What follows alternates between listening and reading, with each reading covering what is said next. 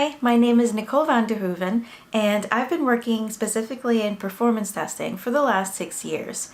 I've had the opportunity to work for a variety of companies across many industries in the Netherlands as well as in Australia, and last year I actually joined Tricentis Flood. As a customer success engineer, I talk to customers daily about their load testing needs and how they can achieve results with Flood. I also help them troubleshoot their scripts and implement best practices into their load testing frameworks. My role at Flood puts me in a great position to guide you through the basics of using Flood for your organization in this course.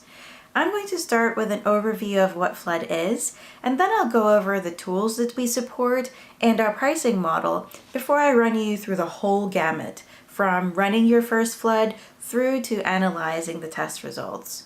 Along the way, I'm also going to include links to relevant help articles and any sample scripts that I use. That way you can download them and follow along at home or at work. After you've gone through the whole course, if you still have some questions that you wish I'd covered here, drop us an email at support@flood.io. I'd love to hear your feedback and suggestions. If you're ready, click on over to the next video where I'll talk a little bit more about what Flood is. See you there!